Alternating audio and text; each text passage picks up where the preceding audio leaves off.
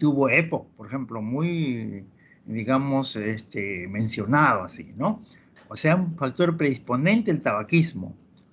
Otro factor predisponente, la deficiencia alfa-1 antitripsina. Vamos a ver cómo la deficiencia de esta enzima nos puede causar problemas diversos. Los fenómenos de hipersensibilidad, cada vez que hablamos, por ejemplo, en el caso de asma, que podríamos considerarle también dentro de este grupo de enfermedades. Bueno, las infecciones, ni qué decirlo, eso ya lo conocemos bastante. La exposición a tóxicos ambientales, que cada día no se hace nada, ¿no? Cada día no se hace nada. Me parece que todavía sigue habiendo esa fundición a la altura del mercado de flores en Hacho, no sé si todavía hay ese ambiente bastante tóxico, ahí a la altura de Zárate, por ejemplo. Y qué no decir, pues, de todos los vehículos que todavía siguen usando para freno, para embrague, ese asbesto, que es bastante tóxico. Y que también siguen, me parece, vendiendo esos techos de Terni, que es totalmente tóxico. Entonces, eso tenemos que ponernos a evaluar si realmente eso todavía existe. ¿Y dónde está entonces el ministro de Ambiente, no? La dieta, de igual manera, ¿no?, influye en todos estos mecanismos, los factores genéticos, las razas, digamos, también tienen que ver con la predisposición de lo que estamos hablando, ¿no? Entonces, como una de las patologías que podrían corresponder a este grupo, podemos considerar el asma. El asma ya ustedes conocen bastante, hasta el cansancio, probablemente han hecho clases teóricas con distintos profesores, ¿no? Podemos decir que es una enfermedad inflamatoria, miren usted, inflamatoria, crónica de vías aéreas, activada por diferentes células o productos celulares. Eso ya ustedes lo conocen bastante bien. Tiene las siguientes características.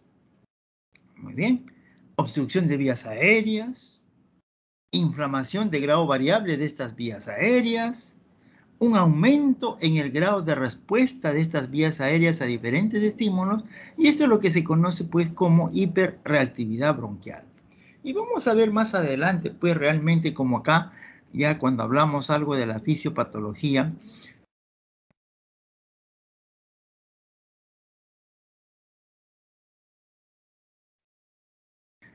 anteriormente un había un aumento de la contractibilidad del músculo liso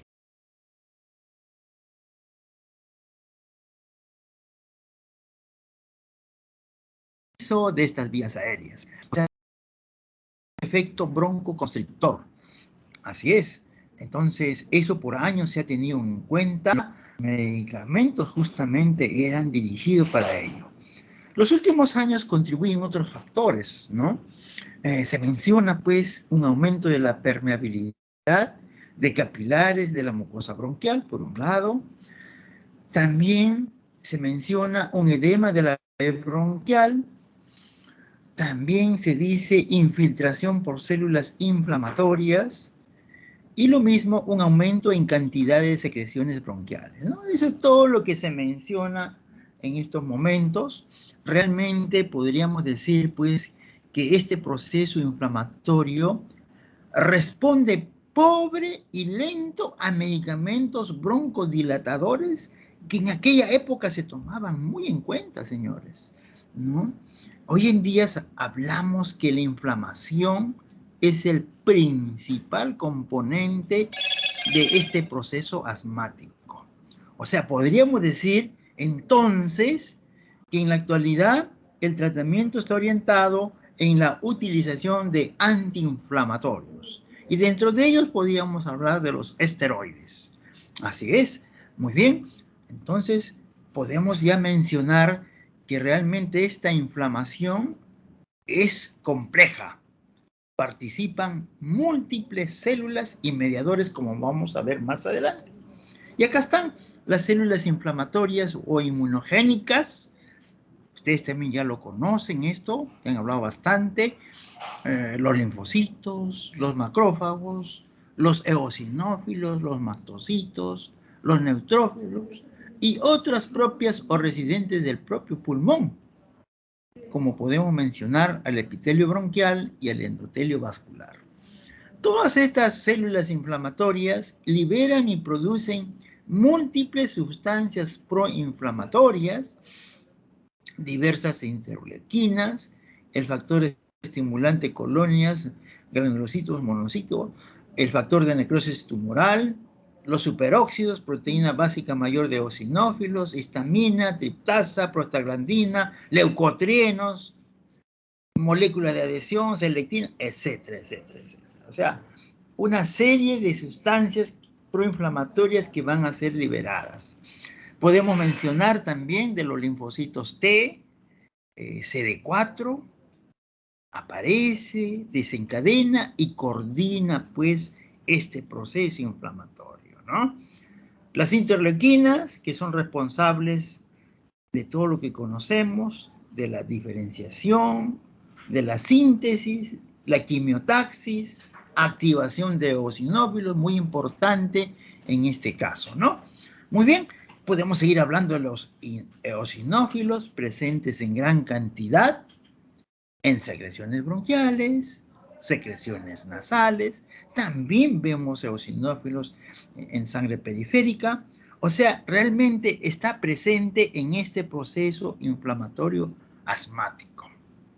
Y por último, decimos pues que los esteroides controla y regula este proceso, que también es llamado como la cascada inflamatoria, ¿no? Y acá un esquema, ¿qué cosa es lo que se produce? Lo que estamos mencionando hasta este momento, sabemos que hay una reacción antígeno-anticuerpo, hay liberación de histamina, bradicinina, acetilcolina, serotonina, etcétera, ¿no? ¿Y esto qué cosa va a producir? Especialmente tres cosas muy importantes. En primer lugar, vamos a tener edema de la mucosa, vamos a tener la hipersecreción de la mucosa, pero también vamos a tener un broncoespasmo.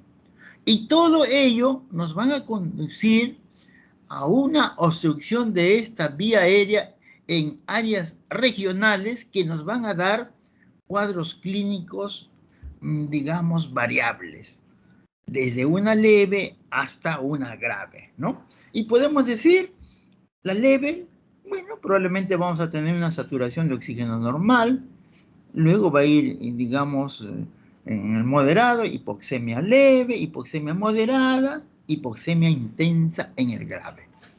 Hipocapnia, intenso normocapnia, y podemos tener hipercapnia finalmente, ¿no? Y luego en el leve tenemos alcalosis respiratoria, en el moderado alcalosis respiratoria, en el moderado grave el pH normal y en el grave una acidosis respiratoria. Entonces tenemos acá pues cuadros totalmente, digamos, no variables de acuerdo a la intensidad que va a presentar nuestro paciente. En el laboratorio, en el caso de asma, ¿qué cosa es lo que vamos a observar?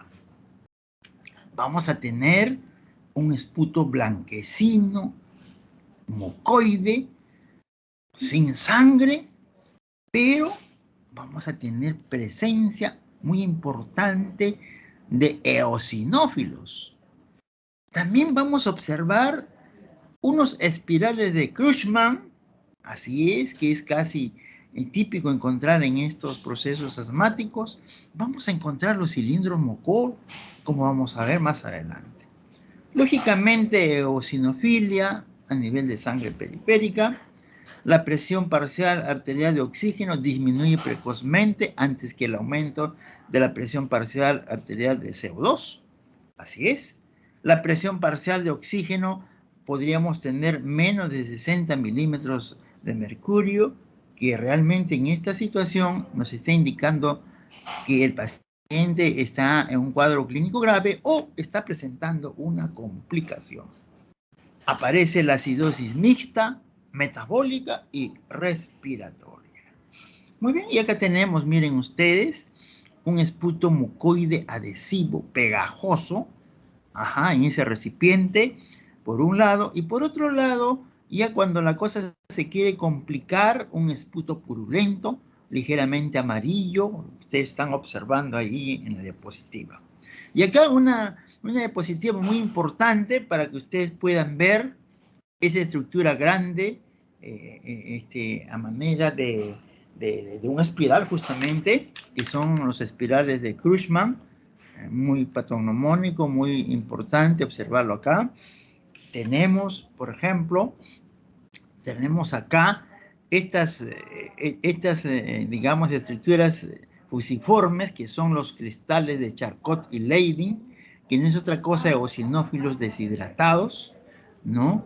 Tenemos ahí, tenemos los eosinófilos, tenemos células bronquiales, ¿no? Este es un molde mucoso, lo que habíamos mencionado, ¿no? Son estructuras, algunas estructuras, digamos, muy importantes que debemos anotar.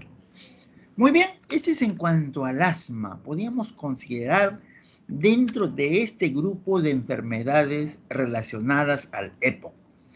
Podemos ahora mencionar dentro de este grupo al enfisema. El enfisema sabemos que es un pulmón caracterizado por una dilatación anormal permanente de espacios aéreos distales a los bronquios terminales. Muy bien. Esta dilatación anormal está acompañado realmente por destrucción de paredes alveolares. Así es. Y el factor de riesgo más importante, el fumar cigarrillos. ¿Ya? Ese es un factor muy importante entonces. Y acá tenemos, miren ustedes, en la parte de arriba estamos viendo lo que es normal, los bronquios, los alveolos, ¿no es cierto? En caso de una bronquitis crónica, lógicamente hay un proceso inflamatorio, hay hipersecreciones, ¿no es cierto? Todas las alteraciones que pueden verse, ¿no? Pero en el caso de enfisema, ustedes lo están observando, hay dilataciones, ¿no? De las partes terminales de los bronquios, bronquiolos, y miren ustedes, también vamos a ver lo mismo en los alveolos. O sea, hay una dilatación de todas estas estructuras, realmente hay una destrucción de esas paredes, ¿no? Y acá una diapositiva para poder observar, ¿no? Lo que, digamos, hace este papel de la alfa-1 antitripsina. Muy bien, ¿no? Acá tenemos lógicamente una muestra, una diapositiva, donde realmente está en cantidades suficientes. Tenemos aquí un neutrófilo que justamente tiene en su interior estas enzimas proteolíticas, tripsina de color verde, ¿no? Esta también puede, digamos, digerir bacterias o partículas diversas, ¿no? Y también, lógicamente, acá está la enzima de la tripsina, miren ustedes, y luego esto podría ser lisado y se van a liberar todas esas sustancias que están dentro de ella. Pero lo que nos va a interesar más es esta tripsina. Esta tripsina normalmente, si llegan a las paredes alveolares, como en este caso, ¿no? O a la estructura, a las paredes bronquiales que estamos observando, esto va a lesionar a las paredes. Pero como tenemos enzimas proteolíticas,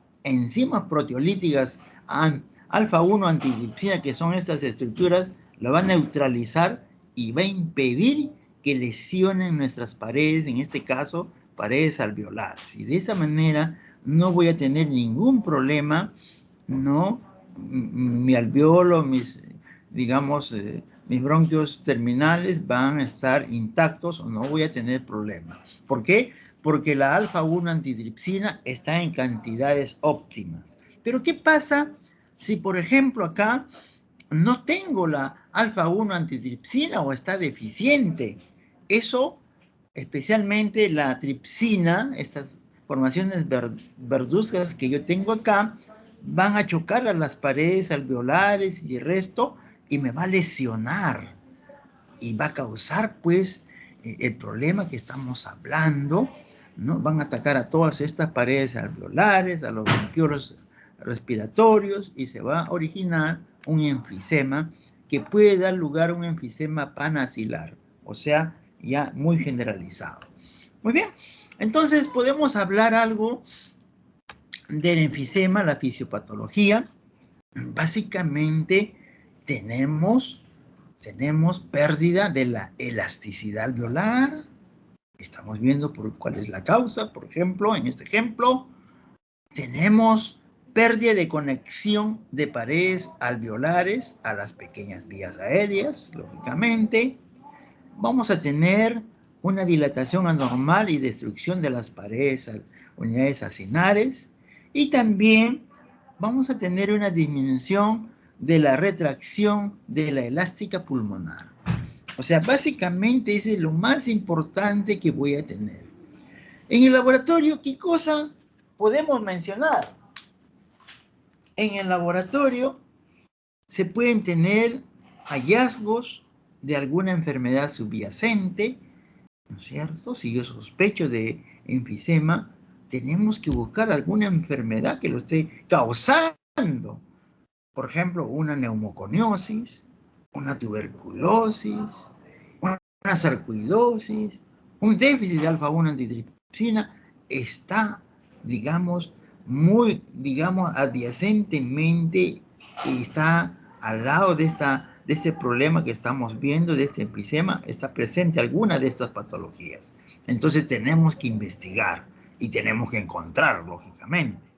También el hallazgo del laboratorio de procesos asociados, algunos procesos asociados que podríamos tener, ulcos duodenales, hallazgo de laboratorio de disminución de la ventilación pulmonar, ¿no? Que pueden, digamos, estar comprendidas, pues, en disminución de la presión de oxígeno y un aumento de la presión de CO2, lógicamente, un desarrollo final de una acidosis respiratoria. Como mecanismo compensatorio, vamos a tener una policitemia secundaria y por ello nos puede dar inclusive un cor pulmonar. Ya, eso ya ustedes lo conocen más que yo. Muy bien, hasta ahí hemos hablado todo lo que correspondería a este grupo de enfermedades llamadas EPOC. Hemos visto entonces como ejemplos el asma y el enfisema. Ahora vamos a hablar en este grupo de enfermedades respiratorias lo que comúnmente llamamos como falla respiratoria aguda. Ajá, muy bien, vamos a ver. Cuando hablamos de ello, podemos hablar en primer lugar de una insuficiencia respiratoria aguda, ¿no es cierto? Insuficiencia respiratoria aguda o falla respiratoria. Sabemos pues que es la incapacidad del sistema respiratorio para adecuado intercambio de gases, ¿no? Común y corriente, va a producir hipoxemia y o hipercapnia, ¿no es cierto? Eso como consecuencia. Muy bien, en la fisiopatología vamos a tener en cuenta dos cosas.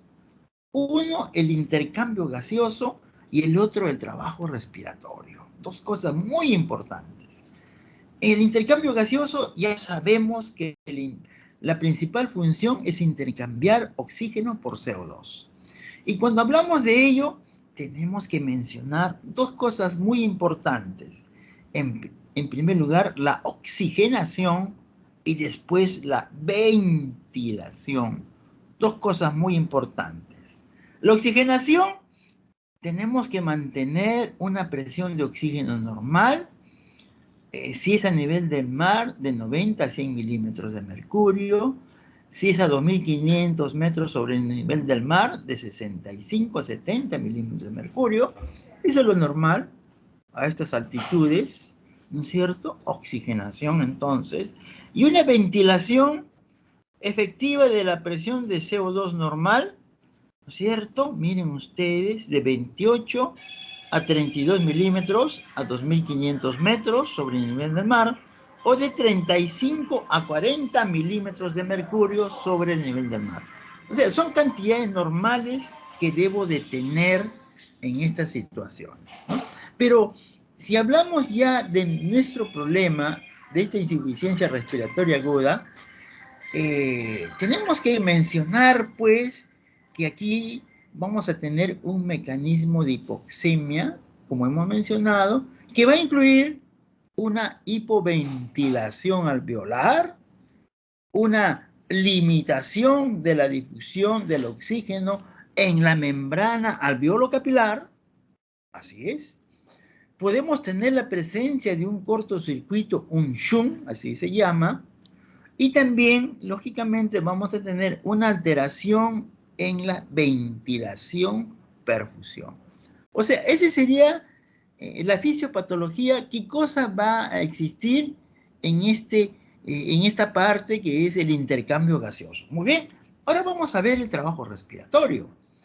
De igual manera, sabemos que el trabajo respiratorio se realiza mediante movimientos de inspiración y expiración. Muy bien, se requiere realmente fuerzas que se opongan a la elasticidad pulmonar y también a la resistencia al flujo del aire. Así es, ¿no es cierto? Podemos decir que en los sujetos normales, la respiración espontánea, lo que nosotros estamos haciendo en este momento inconscientemente, ¿no? Es de 0.38 a 0.72 Joule por litro. Ese es el trabajo. Pacientes con falla respiratoria y con ventilador, miren ustedes, cambia totalmente. Es 1.39 a 1.62 Joule por litro. Entonces, en estos pacientes con este problema que estamos viendo, estos pacientes con falla respiratoria realmente van a tener un incremento en la ventilación minuto, ¿cierto? Estamos hablando de la fisiopatología. Vamos a tener alteraciones en la elasticidad pulmonar, así es. Y vamos a tener también que la fuerza muscular es mayor y por lo tanto, pues, hay un consumo más de energía. ¿Ya? Estas son cosas muy especiales que podríamos tener y mencionarlo en la fisiopatología de esta insuficiencia respiratoria aguda. Y cuando hablamos de este tipo de insuficiencia respiratoria aguda, podemos mencionar tipos. Podemos mencionar a la falla respiratoria tipo 1, llamada también hipoxémica, así es, tipo 1, hipoxémica, va a afectar a la vía aérea, ojo, vía aérea, al parénquima, o también a la vasculatura pulmonar, ¿no? 3 lugares, ¿no es cierto? Podemos tener acá, ¿qué patologías? En esta falla respiratoria tipo 1 hipoxémica, al síndrome de distrés respiratoria del adulto, al asma propiamente también, atelectasia, edema pulmonar cardiogénico, enfermedad pulmonar obstructiva crónica, lógicamente puede estar acá, fibrosis intersticial, neumonía, neumotórax, embolismo pulmonar, vamos a ver más adelante también ello, hipertensión pulmonar. Todos ellos entonces son de falla respiratoria tipo 1 hipoxémica. Tenemos también la falla respiratoria tipo 2 hipercápnica. En este caso, realmente vamos a tener una hipoventilación alveolar, así es, que va a comprender un aumento de la presión de CO2, una disminución de la presión de oxígeno, vamos a tener una diferencia alveolo arterial de oxígeno normal, ¿no? Y esto puede afectar, esta falla respiratoria tipo 2, hipercápnica, puede afectar al sistema nervioso central, especialmente cuando tenemos un infarto o una hemorragia cerebral, ajá, o puede afectar también cuando hay una compresión cerebral, o cuando tenemos un paciente con sobredosis de droga, ¿no? Si nosotros tenemos, dice fulano de tal, falleció por una sobredosis de droga, es esto, falla respiratoria tipo 2, ¿no? Hipercápnica, que está afectando al sistema nervioso central. También en este grupo de falla respiratoria tipo 2, afecta la transmisión muscular respiratoria, en este caso, esclerosis lateral amiotrófica, síndrome de Guillain-Barré, esclerosis múltiple, miastenia gravis, lesión medular espinal, ¿no? Todos ellos van a afectar la transmisión muscular respiratoria. El otro grupo dice, afecta músculos respiratorios o también relacionados a la caja torácica. Músculos, en este caso, distrofia muscular, polimiositis, dermatomiositis, trauma torácico, ¿no? Eso es músculo. El anterior fue transmisión muscular. ¿Ok? Muy bien. Ese es falla respiratoria tipo 2. Y aquí tenemos falla respiratoria tipo 3, llamada también mixta, caracterizado por una falla mixta en ventilación y oxigenación. Y aquí podemos mencionar que todo desorden de tipo 1, ¿no es cierto? La hipoxemia que hemos hablado, puede llegar a ser tipo 3, esto mixto que estamos viendo entonces, ¿ok? Bien, y podríamos mencionar dentro de estas fallas respiratorias, ¿no?, a otra entidad patológica, el síndrome de distrés respiratorio del adulto. Y cuando hablamos de ello, realmente este es un cuadro bastante especial, señores. Ustedes que han estado en algún hospital, se han acercado probablemente a la UCI, han visto estos pacientes realmente bastante graves. Podemos decir entonces que este síndrome de estrés respiratorio del adulto es una forma muy grave de falla respiratoria. Así es. De diferentes etiologías y a alta mortalidad. Ya lo saben entonces. Está asociado a sepsis, a síndrome de disfunción orgánica múltiple. ¿Y la característica cuál es? Que hay una agresiva reacción inflamatoria pulmonar. Entonces, yo creo que este cuadrito que ustedes tienen al frente está muy bien definido en qué consiste este síndrome de distrés respiratorio del adulto. Muy bien, podemos hablar algo de la fisiopatología. Muy bien, se produce, ya hemos dicho, hay una lesión, en este caso en la membrana alveolo-capilar. Va a haber una reducción de flujo normal de sangre hacia los pulmones. Esto permite la agregación plaquetaria que liberan histamina, serotonina, bradicinina, y esto realmente inflama y lesiona la membrana alveolo-capilar. Miren, señores, un primer paso bastante agresivo. Luego se produce un aumento de la permeabilidad vascular, el líquido pasa al espacio intersticial y los alvéolos, produciéndose un edema pulmonar. O sea, yo creo que está muy claro.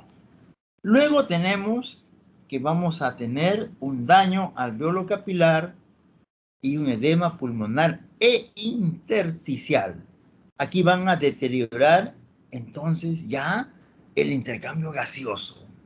Ya no va a ser bueno ese intercambio gaseoso entonces. Finalmente, hay una sustancia tensioactiva que es inactivada, ocasiona un aumento de la tensión superficial y el consiguiente colapso de los alveolos. O sea, la cosa ya es bastante grave. Se forman atelectasias, lógicamente, aumenta el trabajo respiratorio y miren el resultado final. Vamos a tener una severa hipoxemia resistente a oxigenoterapia. De repente, probablemente muy similar a lo que está ocurriendo con nuestros pacientes de COVID-19. O sea, es una cosa bastante grave lo que está sucediendo con nuestro paciente. Muy bien.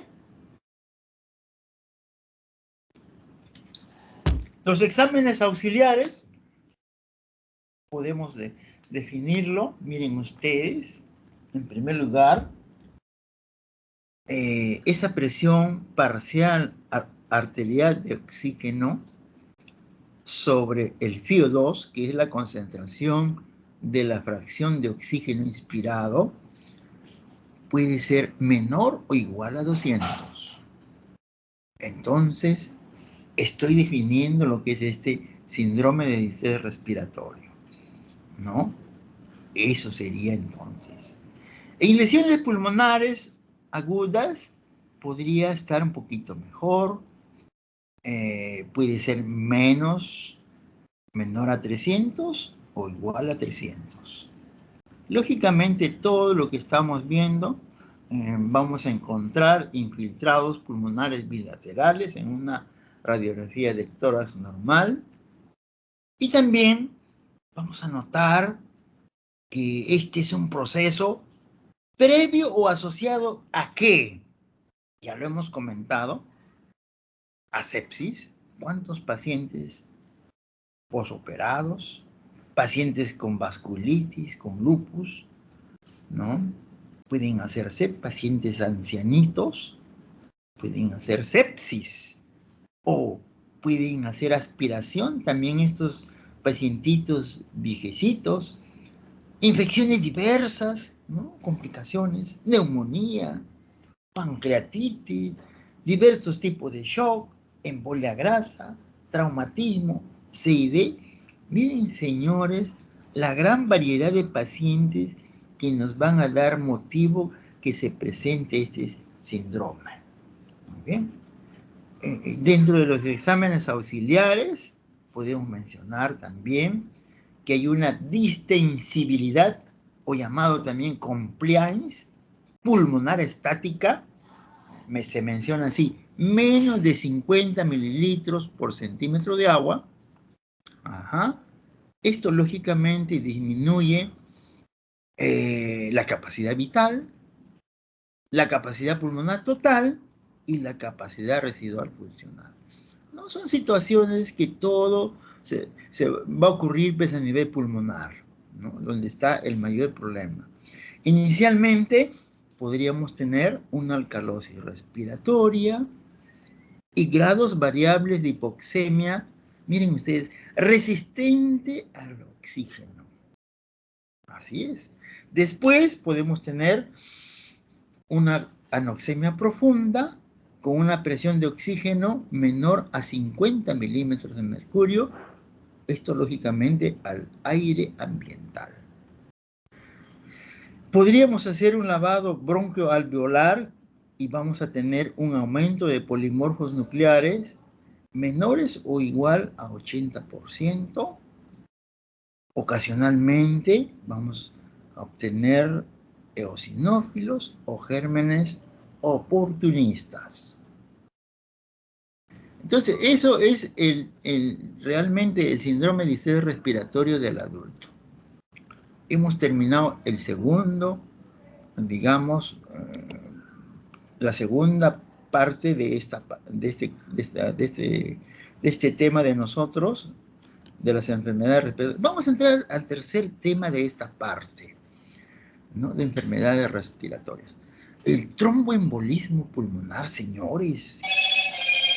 Vamos a ver su importancia. Este es un estado clínico generado por una interrupción de riego sanguíneo de una porción del pulmón debido a obstrucción de su vaso aferente. Yo creo que está claro, ¿no? Hay una interrupción del riego sanguíneo, entonces. Así es. Este trombo generalmente procede del sistema venoso de extremidades inferiores. O sea, circula por sistema cava, entra aurícula derecha, pasa ventrículo derecho y es expulsado hacia la arteria pulmonar, quedando atrapado en sus ramas y produciéndose este famoso tromboembolismo pulmonar. O sea, también está bastante claro cómo se utiliza. Acá está lo que hemos hablado, ¿no? Miembros inferiores, llega a la cava, ventrículo, y es lanzado hacia las arterias pulmonares. Llega al pulmón, ¿no?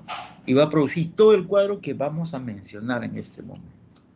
Y cuando hablamos de ello, este trombolismo pulmonar, especialmente, podemos decir que es una complicación de una enfermedad tromboembólica. Entonces, esto va a producir un cuadro respiratorio agudo, y he visto pacientes con esta situación, es bastante, digamos, ¿qué te digo?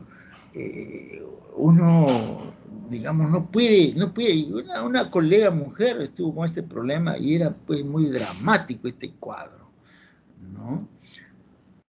Un cuadro respiratorio agudo, y también podríamos tener una descompensación cardíaca derecha. O sea, realmente con graves repercusiones hemodinámicas. Así es, ¿no? Los émbolos no trombóticos, como grasa, aire, el líquido amniótico, son bastante raros, ¿no? Los émbolos no trombóticos como grasa, ustedes están viendo lo que ocurre, pues, en las cirugías plásticas que hacen liposucción.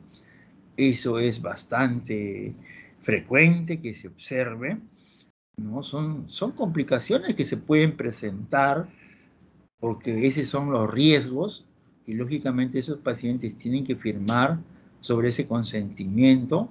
Ya saben lo que puede pasar en esas situaciones, ¿no? Y hay algunos pacientes que se mueren, ¿no es cierto? Los émbolos de aire, eso cada día son menos frecuentes. Eso sí son mucho menos frecuentes. Eso ocurría más en equipos, máquinas, ¿no? Que eran a veces un poco deficientes, sus uniones, etcétera. Podríamos tener en alguna oportunidad. Los líquidos amnióticos, eso es ya mucho más raro. Para hacer un estudio de líquido amniótico, vamos a hablar conmigo en enfermedad hemolítica recién nacido, más adelante en el 5.º examen. Vamos a hablar de que todos los procedimientos invasivos, ¿no?, van a ser cada día más raros, ¿no? Ya no se hacen muchos procedimientos invasivos por lo mismo que va a suceder al paciente. Así es, ¿no? Muy bien. Y los factores que pueden favorecer estos trombos venosos, tenemos 3 situaciones: éstasis sanguínea, alteración del sistema de coagulación, anomalías de la pared de los vasos. Vamos a ver con éstasis venosa, por ejemplo, en reposo de cama prolongado. Ahora ya pues el paciente ya no está con ese reposo prolongado como antes se hacía en diversas cirugías, por ejemplo. O un paciente que está pues hospitalizado tampoco no debe estar mucho tiempo en cama, ¿no es cierto? Tienen que deambular. Por ejemplo, un paciente de trasplante de hígado sale a las 8 de la mañana, ya eso 2 horas después tiene que estar sentado, señores, ¿no? Y si puede ya dar sus primeros pasos. Hoy en día así es, nuestra cirugía es así. Yo me acuerdo cuando yo estaba muy pequeño, de 8 años, un señor se operó de la vesícula, de apéndice, y tenía que estar una semana en cama. No, ya no es ahora, es totalmente diferente. También las éstasis venosas, por ejemplo, cuando una persona viaja en avión, tú te vas de aquí a Madrid, pues son cuántas horas sentado en el avión, ¿no? Se puede dar todos estos problemas, uno tiene que deambular, ¿no es cierto? Una falla cardíaca en los hipertensos, alteraciones locales con varicosidades, flebitis, es otro problema, estas éstasis venosa que se pueden presentar. O alteraciones de la coagulación en mujeres que toman contraceptivos orales, en alguna situación de policitemia, o un mieloma múltiple, donde el plasma es bastante viscoso, hay que tener mucho cuidado, o en traumatismos, fracturas también con lesiones de tejido blando, nos pueden dar todos estos problemas. O posoperatorio, posparto, operaciones de cadera, que son bastante traumáticas, operaciones pélvicas, abdominales, o en las, digamos, las puérperas básicamente, ¿no?, llamado como pierna lechosa. Son situaciones que podríamos tener. Y cuando hablamos de este tromboembolismo también podemos hablar de estados de hipercoagulabilidad primarios, que son los hereditarios. Y eso básicamente se debe a un déficit de antitrombina 3, proteína C, proteína S, ¿no? Déficit de estas tres, digamos, sustancias muy especiales. Podemos tener presencia también del factor anticoagulante lúpico, títulos elevados de anticuerpos anticardiolipina, así es, defecto en la liberación del activador del plasminógeno hístico, excesiva liberación de inhibidor del activador del plasminógeno hístico. Son situaciones que podríamos dar estos estados de hipercoagulabilidad primaria. Muy bien. Estado de hipercoagulabilidad secundario, o sea, ya acá hablamos de los adquiridos, miren ustedes, en personas de edad avanzada, ¿no? Ellos muy poco caminan, por ejemplo, o una inmovilización postoperatoria, lo que estábamos comentando. En los obesos, su mismo peso hace que puedan producirse todos estos problemas. Alteración de la coagulación secundaria a cánceres diversos, al mismo embarazo, y hemos comentado los contraceptivos orales, otros síndromes nefróticos, etc. Ajá, inserción del catéter venoso central permanente. Lógicamente, esto, aparte de hacer esta hipercoagulabilidad, nos pueden dar infecciones si pasa el tiempo que indica, pues, de catéter, ¿no? Hay que tener mucho cuidado en estas personas con esos catéteres prolongados. Anomalías plaquetarias con procesos mieloproliferativos, así es. Hemoglobinuria paroxística nocturna. Vamos a ver qué sangre va a necesitar que se le transfunda. También utilización de heparina, ¿no? Hiperviscosidad asociada a policitemia, lo que hemos comentado, a leucemia y también, lógicamente, a enfermedades de células falciformes, ¿no? Son situaciones que podríamos tener. Y aquí, para ver más o menos qué cosa es lo que ocurre en este tromboembolismo, vamos a tener una obstrucción vascular, ¿no es cierto?, de lo que hemos mencionado, y luego se va a producir liberación de serotonina, se va a producir liberación de tromboxano A2 y otros vasoconstrictores. Luego vamos a tener una constricción pulmonar, una hipertensión pulmonar, un aumento de la poscarga del ventrículo derecho, una insuficiencia cardíaca derecha, un aumento de la presión en la aurícula derecha, un shock cardiogénico y fallecimiento, ¿no? Esos son los pasos, digamos, qué es lo que va a suceder con nuestro paciente. En el laboratorio, el dímero D nos va a dar datos muy importantes. Nosotros podemos hablar del dímero D, gran sensibilidad y alto valor predictivo negativo, ¿no es cierto? Si tenemos valores menores de 500 nanogramos por mililitro y sospecha clínica baja, y nos da estos valores, realmente excluye el diagnóstico de tromboembolismo pulmonar. Así es. Y yo creo que hemos terminado esta primera clasecita, ¿no? Realmente yo lo que quisiera después, ya no tenemos mayor tiempo, darle estos exclusivamente. De la otra parte, mencionarles, vamos a pasar, delegado, ¿qué tiempo más podemos quedarnos? Falta 5 minutos para acabar la clase, pero ¿qué tiempo más podríamos quedarnos?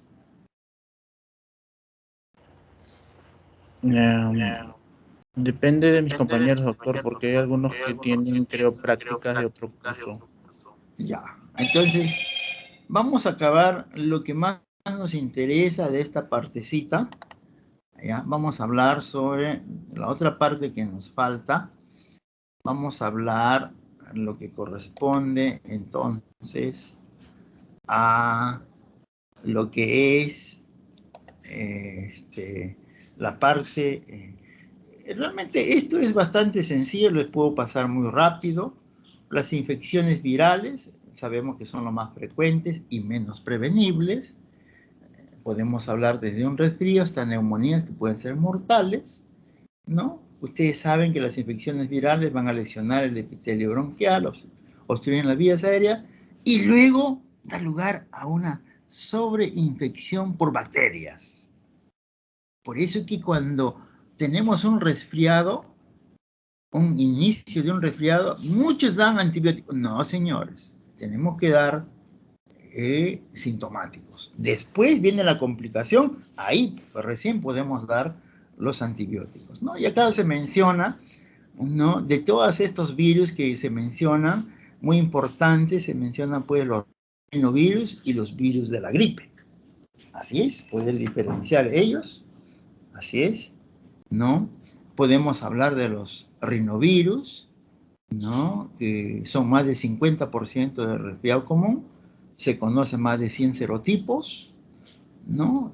Y acá hay ciertas cositas que podríamos mencionarlo. Y el virus de la gripe, que son mucho más grandes, más complejos que los rinovirus que acabamos de mencionar, contienen estructuras como la hemaglutinina y la neurominidasa, que son virales, el H1, el H3, el N1 o el N2, ya ustedes ya van entrando ya en este trance. Hay 3 cepas diferentes responsables de epidemias. El subtipo A, H1N1, ustedes ya lo conocen. El subtipo A, H3N2 y el subtipo B. El subtipo C no causa epidemia, por ejemplo. Esto tienen que conocerlo, señores, ustedes. ¿Ya? Muy bien, este es el virus de la gripe. Ya hemos visto de las neuraminidasas, ¿no es cierto? Son mecanismos que podríamos mencionar. Miren ustedes acá, ¿no? Las diferencias entre virus de la gripe tipo A, infectan a humanos, cerdos, caballos, pájaros, pandemias y epidemias de gripe, ¿no? Virus de la gripe tipo B y C no muestran variación genética, antigénica, infectan más en niños, desarrollan un anticuerpo frente a la reinfección, por ejemplo. Eso tenemos que conocerlo. Bueno, el resto, estos son lo que ocurre en los procesos inflamatorios, ¿no es cierto? Eso ustedes lo conocen.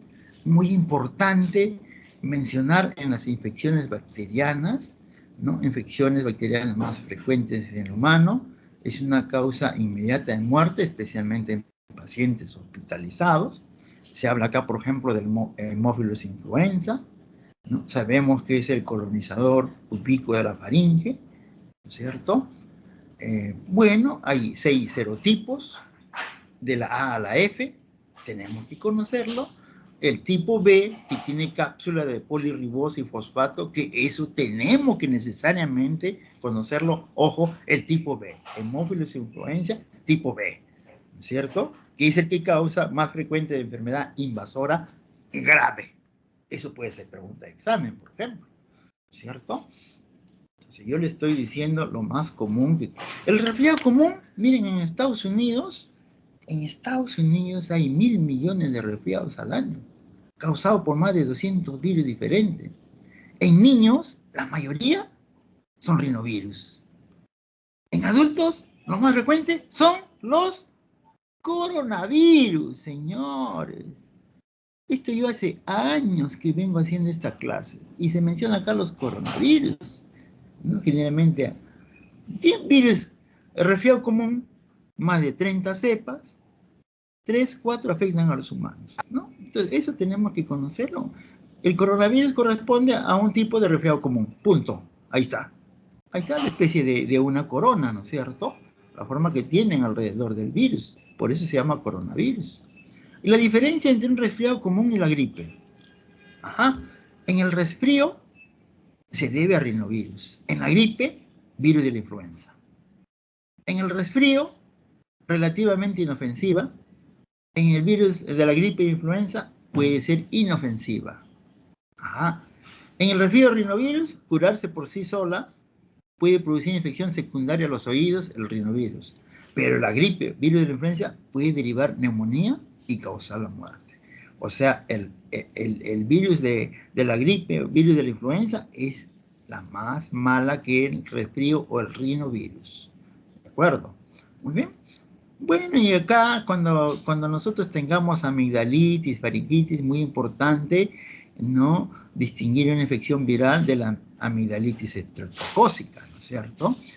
El estreptococo beta hemolítico y grupo A, ustedes ya lo conocen, tenemos que, si detectamos, inmediatamente hacer el tratamiento, ¿no? Ya sabemos, ¿no? Acá hay que hacer el exudado faríngeo, la prueba rápida, cultivo y antiestreptolicina. Ya sabemos las consecuencias que pueden traer, ¿no? Esta es una infección viral, por ejemplo, ¿no? El otro es con secreciones. Esto, la epiglotitis, también es una, digamos, una emergencia médica, señores. Miren, ustedes pueden afectar a niñitos de 2 a 8 años, ¿no? Generalmente, y más cuidado. Lógicamente en adultos también. Y eso se debe al hemófilos influenza tipo B. Eso tenemos que estar muy cuidadosos que cuando se presentan en estos niñitos de 2 a 8 años especialmente. Lógicamente hay vacuna contra este hemófilos influenza tipo B, ¿no? Y ahí está, lo tenemos ahí, ¿no? Y este es todo lo que sucede, es una emergencia realmente, tenemos que hacerlo. Sinusitis, bueno, es una complicación, una enfermedad viral de tracto respiratorio superior, ¿no? Pueden deberse a infecciones dentales, a división del tabique nasal, etc. ¿No? Y acá una serie, digamos, de bacterias, ¿no? Streptococcus pneumoniae y hemófilos son los más frecuentes, etc. ¿No? La otitis media, ¿no? Estudio bacteriológico no es necesario en estos casos, ya ahí tienen la otitis media, ¿no? Difteria pertussis de igual manera, ¿no? Ya sabemos la bacteria Bordetella pertussis, se previene con la vacuna de PT, así es, y la bronquitis aguda. Bueno, y acá hay una serie de bacterias que nos van a causar, Mycoplasma, Clamidia pneumoniae, Bordetella pertussis, Legionella, rinovirus, coronavirus, señores, etc.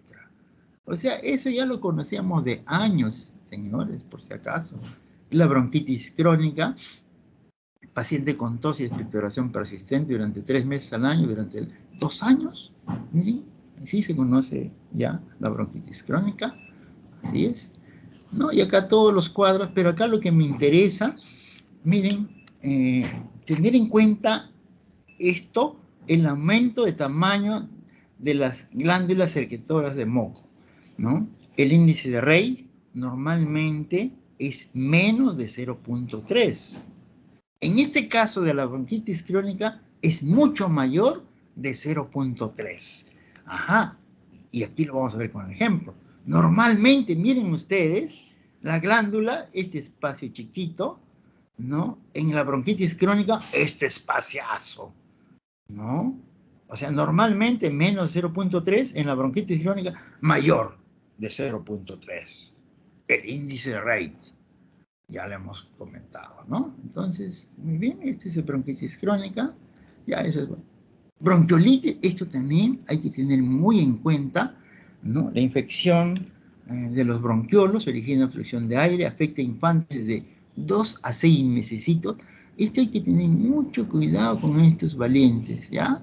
De 2 a 6 mesecitos hay que sospechar, hay que tratarlos. Y miren, ve, el causante es un virus sincitial respiratorio. Este es el sinvergüenza, ¿no? Es muy común, es un virus entonces, ¿no es cierto? Hay que tener mucho cuidado. Los factores de riesgo, miren ustedes que algún día van a tener sus bebitos, factores de riesgo, exposición al humo del cigarro, asistencia a una guardería infantil, ya sabemos que esos son los focos, o también la falta de lactancia materna, falta de anticuerpos, todo lo que nos pueden dar, ¿no? Y el exudado nasofaringeo, que es la presencia de un virus llamado así, sincitial respiratorio, ¿no? Y acá está, miren, ve cómo se estrecha, hay hinchazón de los bronquios, ¿no? Muy bien, la neumonía, bueno, generalmente los gérmenes más comunes, el Streptococcus pneumoniae, el Haemophilus influenza, los más comunes. Tenemos acá, digamos, situaciones, las fases evolutivas de una neumonía, congestión, hepatización roja, gris, organización en fase temprana, organización en fase avanzada, que ustedes ya lo conocen, ¿no es cierto? La neumonía, de repente nos pueden ayudar, ¿no? También los exámenes de orina, ¿no? Para poder, digamos, diagnosticar mejor a nuestros pacientes. A veces nos puede ayudar eso, ¿no? En el laboratorio, abundante leucocitos, mayor de 25 polimorfos nucleares y menos de 5 células epiteliales. Ese es muy importante. Si yo encuentro más de células epiteliales, no es adecuada la muestra. Y eso pertenece a la orofaringe, ¿no? Eso hay que tener muy en cuenta, señores. Pregunta de examen. ¿Ok? ¿Bien? Y acá finalmente, esto es lo que yo quería, digamos, con ustedes, hablarles, ¿no? Por ejemplo, acá, este es un resumen del cáncer broncogénico. Vamos a empezar. Estas células escamosas o carcinoma epidermoide, también llamado así, tenemos que anotar, miren, probablemente es aquella que hace menos problema, ¿no? ¿Por qué? Porque a los 5 años hay mayor supervivencia que corresponde al 37%. Si es un cáncer, es uno de los cánceres más buenos, digámoslo así, ¿no? Un cáncer, una célula escamosa o carcinoma epidermoide, ¿ya? Luego tenemos el adenocarcinoma. Cada uno tiene su característica especial. El adenocarcinoma es el que tiene mayor incidencia, 50%. Así es. El de células pequeñas es aquel que es más malo. Así es.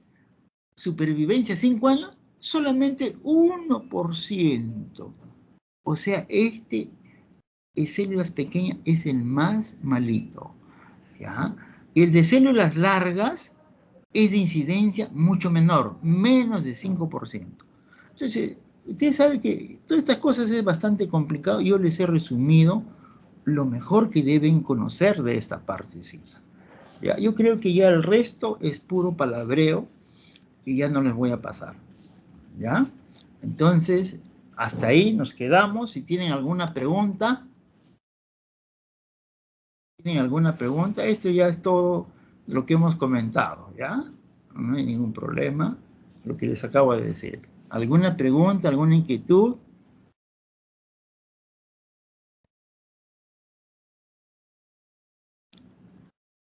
Ya, si no hay nada, ahí nos quedamos, delegado. Usted, a ver, pase lista de todos los que están para que le entregue al doctor Fernández, por favor, ¿ya? Si no hay más, nos despedimos hasta el día viernes. No sé con quién me tocará.